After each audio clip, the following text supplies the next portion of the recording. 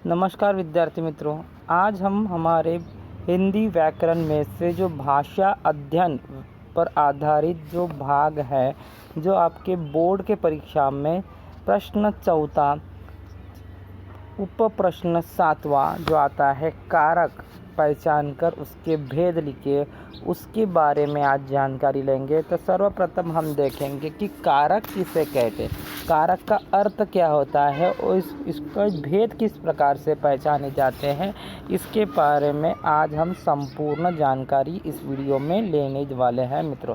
तो चलिए देखते हैं कारक क्या होता है। तो यहाँ पर हम कारक की परिभाषा समझने का प्रयास करते हैं मित्रों। संज्ञा या सर्वनाम के जिस रूप से उसका सीधा संबंध क्रिया के साथ ज्ञात होता है यानी पता चलता है, उसे कारक कहलाता है, उसे कारक कहते हैं। मतलब संज्ञा मतलब नाउन, ठीक है। सर्वनाम यानी प्रोनाउन, ठीक है, ये तो आपको पता है। संज्ञा या सर्वनाम के जिस रूप का, जिस भी रूप में होंगे, उसका सीधा संबंध किसके साथ, क्रिया के साथ होता है, क्रिया के साथ पता चलता है। क्रिया आपको पता है, जो वर्ब होती है, जो क्रिया होती है, ठीक है, उसके साथ ज्ञात होता है, उससे कारक कहते हैं। मतलब ये संज्ञा या सर्वनाम का सीधा संबंध बताता है क्रिया के साथ, उसे कारक कहते हैं, ठीक है। जैसे अभी हम उदाहरण देखते हैं, गीता ने दूध पिया, ठीक है। गीता ने, अब यहाँ पर हम देखेंगे तो गीता ने दूध पिया, ठीक है। तो पिया जो है ये आपको बताया है क्रिया है। गीता ने किसके साथ वो संबंध दिखा रहा है, गीता के साथ। तो गीता जो सर्वनाम है उसके साथ जो संबंध दिखाता है उसे हम कारक कहते हैं। तो आगे देखते हैं। और इस वाक्य में देखो मित्रों, कारकों की पहचान के लिए संज्ञा, ये जो संज्ञा है या तथा सर्वनाम के आगे जो प्रत्यय लगाते हैं, मतलब इसमें जो प्रत्यय लगाया गया, कौन सा प्रत्यय इसमें ने लगाया जाता है, उसे प्रत्यय कहते हैं या विभक्तियाँ कहते हैं। जो प्रत्यय लगाया, ये एक प्रत्यय है, इसे हम विभक्तियाँ भी कहते हैं। विभक्ति, क्योंकि आप कारक के जो भेद पहचानते हैं उस समय आपको विभक्ति के अनुसार ही उसे पढ़ना होता है और समझना होता है। इस वजह से विभक्ति कौन सी उपयोग में है, क्योंकि कारकों के अलग अलग भेद है, 8 प्रकार के भेद है। तो उसमें विभक्ति, हमें अगर हमको विभक्ति पता हो गई तो उसके अनुसार हम तुरंत उसके भेद पहचान सकते हैं। तो ये हमें ध्यान में रखना है मित्रों। तो इस प्रकार से प्रश्न आता है मित्रों आपको, प्रश्न 7वां, ठीक है, कि निम्नलिखित वाक्यों में से किसी एक वाक्य में प्रयुक्त कारक चिन्ह पहचान कर उसका भेद लिखो। कोई एक ही मार्क के लिए आता है, यह आपको 1 अंक के लिए आता है और 2 में से 1 आपको छुड़ाना होता है आपके चॉइस का, ठीक है। तो प्रयुक्त कारक पहचान कर लिखो। तो अभी इसमें देखो आप, करामत अली ने हौका भरते हुए कहा। तो करामत अली ने, ये जो ने है, इस विभक्ति से हम पहचान सकते हैं कि ये कौन सा कारक है। तो इसके बारे में मैं ज़रूर आपको जानकारी दूंगा, लेकिन मैं बता रहा हूँ कि विभक्ति से किस प्रकार से हम इजीली आराम से उसे पहचान सकते हैं। पर्यटन में बहुत ही आनंद मिला, पर्यटन में बहुत ही आनंद मिला। में, ने, को, के लिए, ये सब विभक्तियाँ हैं। इसके आधार पर हम इसे आराम से पहचान सकते हैं। अभी मैं सिर्फ आपको इतना बता रहा हूँ कि ये विभक्तियाँ है, तो इसके आधार पर आप आराम से पहचान के उसे लिख सकते हो। तो ये किस प्रकार से लिखा जाता है ये भी मैं आपको अभी बता देता हूँ।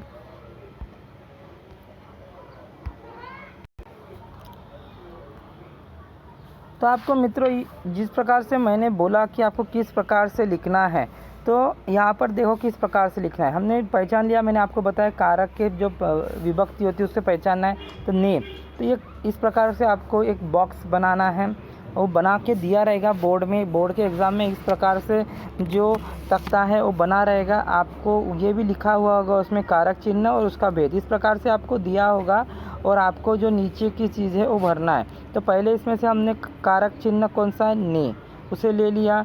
वो कौन सा भेद कौन सा है, कर्ता कारक। तो अभी हम कर्ता जो भेद है उसकी जानकारी लेने की है।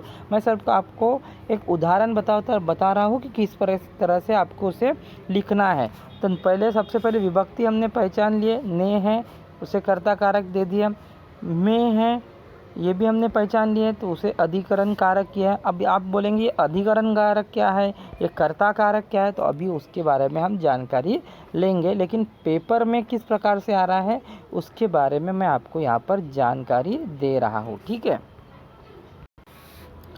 देखो मित्रों, अगर आपको आसानी से ये कारक और उसके विभक्ति के अनुसार उसके भेद पहचानना है, तो ये सबसे आसान एक टेबल है जिसके माध्यम से आप आसानी से इसे पहचान सकते हो। ठीक है, अभी ये जो कारक है इसके भेद हमें पहचानना है, उसके लक्षण भी मैं आपको बताऊंगा। लक्षण मैं आपको डेफिनेशन के माध्यम से बताऊंगा, उसकी व्याख्या के माध्यम से बताऊंगा। पहले हम आप ये जो तख्ता है इसे समझ लेते हैं, ताकि आपके दिमाग में जो चल रहा है उसको आप आसानी से समझ सकते हो। ठीक है, तो सबसे पहले ये बात है, इसे आपको कंठस्थ कर लेना, यानी याद कर लेना है, ताकि आप भूलेंगे नहीं। क्योंकि इसके ये अगर ये जो पंक्ति आई अगर आप याद कर लेते हो तो इसमें कौन से भेद को कौन सी विभक्ति लगती है ये आपको समझ में आए तो आप तुरंत पहचान गए। हमको क्या ज़्यादा से बच्चों को क्या होता है कि हमको मार्क से मतलब होता है, लेकिन मार्क और समझना भी ज़रूरी है। तो लेकिन अगर आपको मार्क का ही मतलब है तो ये देखिए, अगर समझना है तो व्याख्या पढ़िए। ठीक है, मैं आपको बताता हूँ। अभी जैसे कर्ता ने कर्म को करण से मरवाया। ठीक है, तो अभी हमको क्या समझना है इसमें मित्रों, कर्ता ने मतलब जो कर्ता कारक है, मतलब ये जो देखो ये कर्ता कारक है। ठीक है, कर्ता कारक का विभक्ति चिन्ह क्या है, ने। तो कभी भी आपको वाक्य में इस प्रकार से उदाहरण आया, मोहन ने खाना खाया, तो इसकी विभक्ति चिन्ह क्या है, ने। मोहन ने, कर्ता कारक, इसकी डेफिनेशन अगर बतानी जाए तो क्रिया करने वाला, जो क्रिया करता है। यहाँ पे कौन क्रिया कर रहा है, मोहन जो है वो क्रिया कर रहा है। मोहन ने खाना खाया मतलब मोहन ने खाना खाया, तो मोहन ही क्रिया कर रहा है। ठीक है, समझ में आया। मोहन यानी संज्ञा है, ने खाना खाया, किसने खाना खाया, मोहन ने। तो यहाँ पर ने जो है ये विभक्ति चिन्ह है। अगर आपको वाक्य में ये संज्ञा के साथ या सर्वनाम के साथ ने आता है तो आप उसे कर्ता कारक लिखेंगे। क्या लिखेंगे मित्रों, कर्ता कारक। इतना आपको ध्यान में रखना है। और क्रिया करने वाला, इसमें आप लक्षण में आप लिख सकते हो कर्ता कारक यानी क्रिया, आप लिख ही लेना, क्रिया करने वाला, क्रिया करने वाला। मैं आपको बता रहा हूँ डबल से। ठीक है,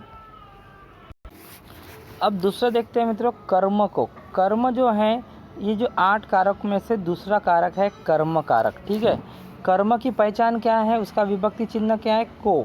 कर्ता ने कर्म को करण से मरवाया, तो को विभक्ति चिन्ह आपको ध्यान में रखना है। को जिसमें आएगा मतलब वो क्या हो गया, कर्म कारक हो गया। इसका उदाहरण, इसका लक्षण क्या है, इसकी व्याख्या क्या है, जिस पर क्रिया का प्रभाव पड़ता है, जिस पर क्रिया का प्रभाव पड़ता है, कर्म जिस पर क्रिया का। जैसे यहाँ पर आप देखेंगे उदाहरण, राम ने रावण को बाण मारा। मारा ये क्रिया है, तो इसका प्रभाव किस पर पड़ा है, रावण पर पड़ा है। राम ने मारा बाण, और किस पर प्रभाव पड़ा है, रावण पे प्रभाव पड़ा था, रावण को बाण मारा। तो इस प्रकार से जो कर्म है उस पर प्रभाव पड़ा है, तो को आया है इसमें। ठीक है, तो इस प्रकार के वाक्य को हम कर्म कारक कहते हैं। और एक उदाहरण मैं आपको बताता हूँ, पिता ने पुत्र को बुलाया। पिता ने पुत्र को बुलाया, बुलाना क्या हो गया, ये क्रिया होगी। किसको बुलाया, पुत्र को, तो किस पर क्रिया हुई है, पुत्र को, पुत्र पर, तो पुत्र को बुलाया। तो इस प्रकार जिस पर क्रिया होती है, जिस पर क्रिया का प्रभाव पड़ता है उसे कर्म कारक कहते हैं मित्रों। ठीक है, आगे देखते हैं। तीसरा है करण, करण कारक। करण कारक यानी से, उसकी विभक्ति क्या है, से, के द्वारा, मतलब से जब भी आता है तो आपको समझ लेना है। जैसी उदाहरण, इसका क्रिया के साधन के अर्थ में, क्रिया के साधन के अर्थ, इसमें कोई साधन का उपयोग होगा, कोई माध्यम का उपयोग है, कोई साधन यानी गाड़ी का, किसी जैसे आँख है, ठीक है, हाथ है, साधन का उपयोग होगा। ठीक है, वह गाड़ी से आया, तो साधन है ना गाड़ी, वो गाड़ी से आया, तो से ये उसका विभक्ति चिन्ह है।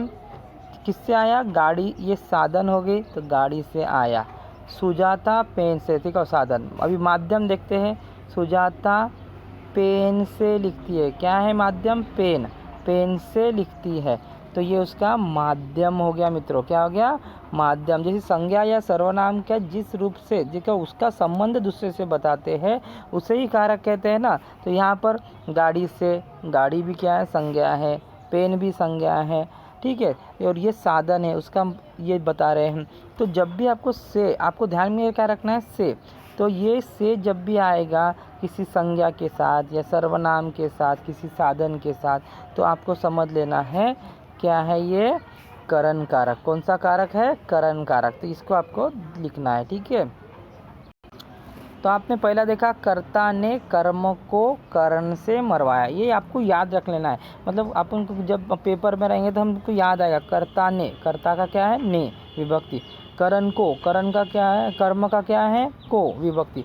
करण से मरवाया, करण से क्या है? करण कारक की विभक्ति है। तो इस प्रकार से आगे, इसलिए संप्रदान के लिए अपादान से संबंध का न्योता अधिकरण पर आया और उसने उसे अरे हे कारक संबोधन किया। मतलब सभी कारकों की पहचान यहाँ पर दी है। मतलब जितने कारक है ना वो किससे पहचाने जाते हैं उसके बारे में यहाँ पे आपने देखा। अभी संप्रदान के बारे में पढ़ेंगे हम, अपादान के बारे में, फिर और से संबोधन के बारे में, अधिकरण के बारे में। ये जो जितने कारक हैं ना उसकी ये पहचान है, ये विभक्तियाँ उसकी पहचान है। इस पहचान के अनुसार आप आसानी में एग्ज़ाम में लिख सकते हो, ठीक है। मैं आपको लक्षण भी बता रहा हूँ उसके, ठीक है। तो देखते हैं, 3 हमने देखे हैं, कर्ता, कर्म, कर्ण, ठीक है। अभी संप्रदान, संप्रदान की पहचान क्या है? उसकी विभक्ति क्या है? के लिए। संप्रदान की विभक्ति क्या है? के लिए या को, ठीक है। तो के लिए पहचानना है कि माँ, इसके लक्षण क्या है? मैं लक्षण बताता हूँ। जिसके लिए क्रिया की जाती है। संप्रदान की लक्षण क्या है? जिसके लिए क्रिया होती है। जैसे माँ बच्चों को के लिए दूध लाई, किसके लिए क्रिया हुई? बच्चों के लिए। किसके लिए क्रिया हुई? मतलब इसके लक्षण क्या है? जिसके लिए क्रिया होती है। तो माँ बच्चों के लिए दूध लाई, जहाँ पर के लिए आता है उसे संप्रदान कारक कहा जाता है। और एक उदाहरण मैं आपको बताता हूँ, लाडली काकी के लिए पुड़िया लाई। आपने बूढ़ी काकी का लेसन देखा है, उसमें देखो, लाडली काकी के लिए पुड़िया लाई। किसके लिए लाई? काकी के लिए। जिसके लिए क्रिया हो रही है, किसके लिए क्रिया हो रही है? यहाँ पर काकी के लिए। और यहाँ पर बच्चों के लिए क्रिया हो रही है। जिसके लिए क्रिया होती है उसे संप्रदान कारक कहते हैं। ये उसके लक्षण है। लेकिन अगर आपको लक्षण भी ध्यान में रहा नहीं रहा, लेकिन सिर्फ विभक्ति चिन्ह भी आपको ध्यान में रहा, तो आपको 1 अंक आसानी से मिल सकता है मित्रों, ठीक है। आगे देखते हैं, अपादान कारक। अपादान कारक की पहचान हम देखते हैं। अपादान कारक की पहचान से होती है। किससे होती है? से। आप बोलेंगे अभी यहाँ पर भी से है और यहाँ पर भी से है, तो कन्फ्यूजन होने की चांसेस ज़्यादा है, आप संभ्रमित हो सकते हो। तो यहाँ पर 2 बातें मैंने यहाँ पर बताई। करण से जो है वो माध्यम होता है या साधन, जैसे गाड़ी, पेन, ये साधन का उपयोग होता है। संप्रदान में करण में क्या आता है? साधन के अर्थ में होता है, ठीक है। हमने आँखों से हम आँखों से देखते हैं, आँख ये साधन है, इससे देखते हैं। और यहाँ पर क्या होता है? अलग होने का भाव होता है। अपादान में क्या होता है दोस्तों? किसी वस्तु से अलग होते हम, किसी वस्तु से अलग होने का भाव, मतलब जो वस्तु होती है जो हमसे जुड़ी होती है उससे अलग होने के भाव होता है। तो ये अलग होने के भाव से का विभक्ति का उपयोग होता है।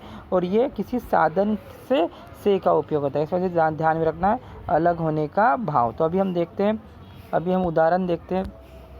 पेड़ से फल गिरा, तो यहाँ पर देखो, पेड़ से फल गिरा, तो ये जो फल है वो पेड़ से क्या हो गया है? अलग हो गया है कि नहीं? विभक्त हो गया, अलग हो चुका है। तो पेड़ से फल गिरा, तो ये अपादान कार्य कहलाता है। क्या कहता था? अलग, क्योंकि ये किसी वस्तु से अलग होने का भाव बता रहा है, किसी वस्तु से अलग हो रहा है। एक और उदाहरण मैं आपको बताता हूँ। बच्चा छत से गिरा, जो बच्चा है वो किससे अलग हुआ है? छत से।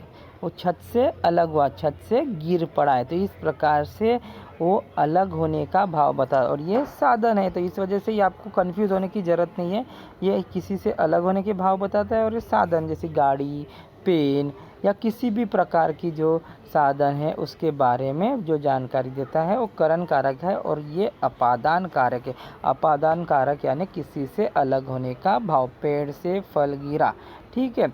इंदौर से हम गोवा आए, तो हम इंदौर से हम गोवा आए मतलब क्या हो गया, हम किससे अलग हुए, इंदौर शहर से अलग हुए और हम कहाँ है, गोवा है। तो हो गया ना, दो शहरों से हम अलग हो गए, इंदौर से हम अलग होकर कहाँ हैं, हम गोवा है। तो इस प्रकार से इसे अपादान कारक कहते हैं दोस्तों।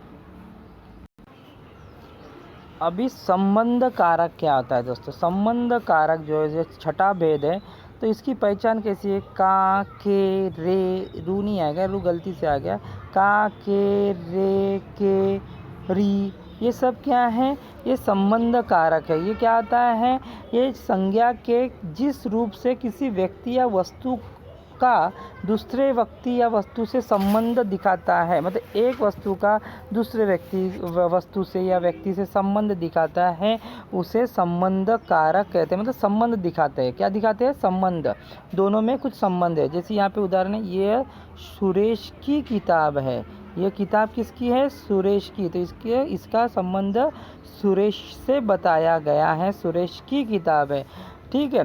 तो इसी प्रकार से जहाँ पर की, का, रे, के, री, इस प्रकार से आएंगे और संबंध से, ये सुरेश की किताब है, तो सुरेश के साथ उस किताब का संबंध बताया। यह कमला की गाय है, ये किसकी गाय है, यह कमला की गाय है, तो कमला के साथ गाय का संबंध बताया है, ठीक है। तो इस प्रकार से जो भी आएंगे उसे हम संबंध कारक कहते हैं। तो इसको ध्यान में रखना है दोस्तों आपको। इसके बाद है अधिकरण कारक। अधिकरण यानी कि क्रिया के आधार के अर्थ में। तो अधिकरण की जो विभक्ति है मित्रों, एक तो मैं है, में है या पर है, ठीक है। यहाँ पे पर मैंने लिखा नहीं है, में या पर, ज़्यादातर में से ही पहचान जाती है, लेकिन आपको पर भी आ सकता है, तो आप लिख लेना। अधिकरण की विभक्ति है में और पर।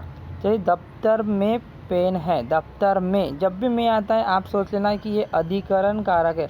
दफ्तर में पेन है, तो उसका अधिकरण कारक करके आपको भेद लिखना है। या जिस प्रकार से अभी पर का, सिरचन छत पर गया है, सिरचन छत पर जब भी आता है तो उसे अधिकरण कारक कहा जाता है, ठीक है। उसके बाद है कौन सा है, संबोधन कारक। संबोधन कारक के आखिरी कारक का भेद है, जिसमें ए, अरे, अजी, अहो, ये जो भी आता है उसे संबोधन कारक कहता है। किसी को पुकारने के अर्थ में, किसी को हम बुलाते हैं ना, तो पुकारा जाता है, चेतावनी दी जाती है, ठीक है, उसे संबोधन कारक कहा जाता है। संज्ञा के जिस रूप से किसी को पुकारा जाता है उसे संबोधन कारक कहते हैं। जैसे अरे, तुम कब आए, ठीक है। तो ये सबसे वाक्य के हमेशा ज़्यादातर शुरुआत में ही आता है, अरे, तो ये संबोधन कारक करके पहचान। तो इस प्रकार से आपको क्या करना है मित्रों,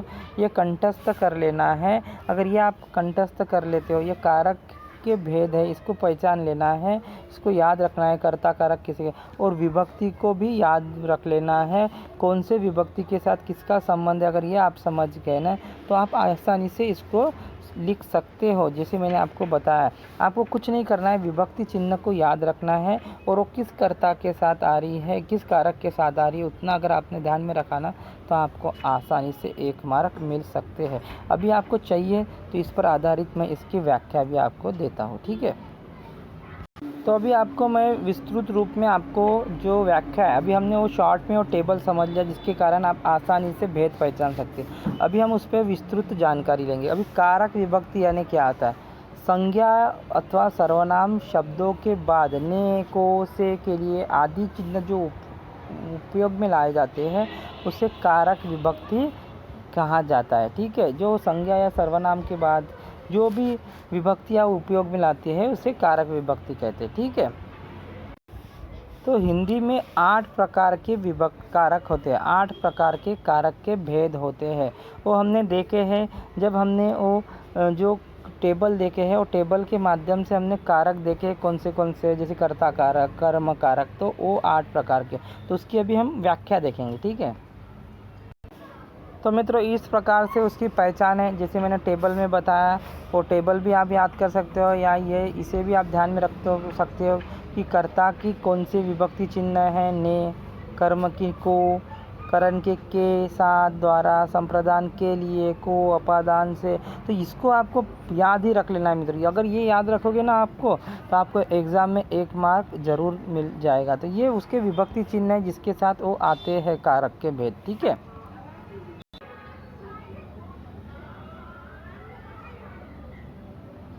तो ये पहला है कर्ता कारक। जिस रूप से क्रिया के करने वाले का बोध होता है उसे कर्ता कारक कहते हैं। दूसरा है मित्रों कर्म कारक। आप चाहिए तो इसकी व्याख्या आप लिख सकते हो, समझ सकते हो। क्रिया कर्म कारक किसे कहते हैं? क्रिया के कार्य का फल जिस पर पड़ता है, क्रिया के कार्य का फल जिस पर पड़ता है उसे कर्म कारक कहलाता है, उसे कर्म कारक कहा जाता है। इसकी विभक्ति चिन्ह को है, हमने देखा है। जैसे पिता ने पुत्र को बुलाया, ठीक है। तो क्रिया का कार्य का फल किस पर पड़ा? पुत्र पर पड़ा, ठीक है। तो इसे कर्म कारक कहते हैं, ठीक है। तीसरा है करण कारक मित्रों। इसकी व्याख्या देखते हैं। संज्ञा आदि शब्दों के जिस रूप से क्रिया के करने के साधन का बोध होता है, मतलब संज्ञा आदि शब्दों से जिस रूप से क्रिया के करने के साधन, जो भी साधन उसमें उपयोग में लाता है उसे करण कारक कहलाते हैं। उसका जो विभक्ति चिन्ह है से, के द्वारा है ना, के लिए उपयोग किया जाता है, उसे करण कारक कहलाता है। जैसे वह गाड़ी से आया, वह गाड़ी से आया, तो साधन कौन सा है? गाड़ी। तो ये साधन जिसमें आता है ना उसे करण कारक कहते हैं। चौथा है संप्रदान कारक। संप्रदान कारक यानी क्या आता है? संप्रदान का अर्थ होता है देना, मतलब किसी को कुछ देना, उसका अर्थ होता है देना। अर्थात कर्ता जिसके लिए कुछ कार्य करता है, मतलब जो कर्ता होता है ना, जो जिसके लिए कुछ कार्य करता है, किसी को कुछ देता है, उसे संप्रदान कारक कहते हैं। तो ये डेफिनेशन काफ़ी महत्वपूर्ण है।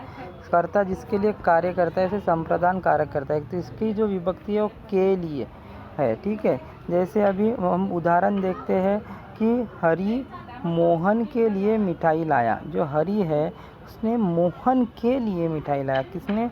उसने कुछ तो भी मोहन को दिया, तो इसलिए मोहन के लिए मिठाई लाया, तो देना है, ठीक है। तो इस प्रकार से ये संप्रदान कारक होता है। अपादान कारक। अपादान कारक यानी किसी वस्तु से अलग होने का भाव, मैंने बताया था शॉर्ट में। संज्ञा के जिस रूप से एक वस्तु का दूसरी से अलग होना पाया जाए, अलग होता है, उसका भाव दिखा है, तो उसे अपादान कारक कहते हैं। उसके चिन्ह है से। जैसे मैंने बताया पेड़ से फल गिरा, पेड़ से फल गिरा, तो पेड़ से जो फल है वो क्या हो गया? अलग हो गया। तो ये उसकी पहचान है, उसे अपादान कारक कहते हैं दोस्तों। संबंध कारक। छठा है संबंध कारक। शब्द के जिस रूप से किसी एक वस्तु का दूसरी वस्तु से संबंध प्रकट है, एक वस्तु का दूसरी वस्तु से संबंध प्रकट हो, उसे संबंध कारक कहता है। और उसकी विभक्ति है का, के, की, रा, रे, री, ठीक है। ये सब उसकी विभक्तियाँ है मित्र। जैसे उदाहरण, यह महेश का घर है, यह महेश का घर है, तो ये घर का संबंध किसके साथ है? महेश के साथ है। तो ये उसकी विभक्ति समझाता है। इससे से हमें पता चलता है कि ये संबंध कारक है। ये कमला की गाय है, तो ये गाय का संबंध किसके साथ है? कमला के साथ है। तो ठीक है, तो ये संबंध कारक है। सातवां है अधिकरण कारक। अधिकरण कारक यानी जिस रूप से क्रिया के आधार का बोध होता है, क्रिया के आधार का बोध होता है, उसे अधिकरण कारक कहते हैं। इसकी विभक्ति है मैं और पर। जैसे मैंने आपको टेबल के हिसाब से बताया, मैं और पर जहाँ पर दिखता है क्रिया के आधार के अर्थ में, क्रिया के आधार। जैसे सिंह वन में रहता है, सिंह कहाँ रहता है? वन में रहता है। तो यहाँ पर उदाहरण देखो, सिंह वन में रहता है, तो इसमें क्रिया के आधार, क्रिया क्या है? रहता। तो कहाँ रहता है सिंह? वन में। तो वन में क्या होगा? उसका निवास है, तो उसे हम उसके आधार कहेंगे, उसका आधार कहेंगे, ठीक है। तो ये हमें बताता है। तो हमको सिर्फ याद क्या रखना है? मैं और पर याद रखेंगे, तभी हमारा काम हो जाएगा। आखिरी है मित्रों संबोधन कारक, ठीक है। जिससे किसी को बुलाने अथवा सचेत करने का भाव प्रकट हो, उसे संबोधन कारक कहते हैं। जिससे हम किसी को बुलाते हैं या सचेत करते हैं तो उसे संबोधन कारक कहते हैं। और उसका चिन्ह तो आपको पता है संबोधन कारक का, ये चिन्ह आया मतलब आप समझ जाना कि ये संबोधन कारक है। कि जैसे अजी, अहो, ठीक है। इस प्रकार के चिन्ह को हम संबोधन कारक कहते हैं। तो इस प्रकार से हमने उसका जो टेबल है वो देखे है, उसमें विभक्ति देखे है। विभक्ति के अनुसार हम कारक के नाम हम आसानी से पहचान सकते हैं, और उदाहरण अगर आपको परीक्षा में आता है तो हम उसको आसानी से छुड़ा भी सकते हैं, जैसे मैंने आपको बताया है। तो आपको देखिए, जैसे यहाँ पर ये अगर अपने विभक्ति पहचान लिए तो आप आराम से उसके भेद, जैसे मैंने बताया था कर्ता के साथ ने आता है तो कर्ता कारक में, अधिकरण कारक में आता है। ठीक है। पर्यटन में बहुत ही आनंद मिला, ठीक है, उसके आधार पर अधिकरण, ठीक है, बहुत ही आनंद मिला, तो ये आप अधिकरण कारक लिख सकते। इस प्रकार से आपको करना है। ठीक है। तो इस प्रकार आज हमने कारक और उसके भेद पहचाने हैं। यह आपको 1 अंक के लिए आता है मित्रों।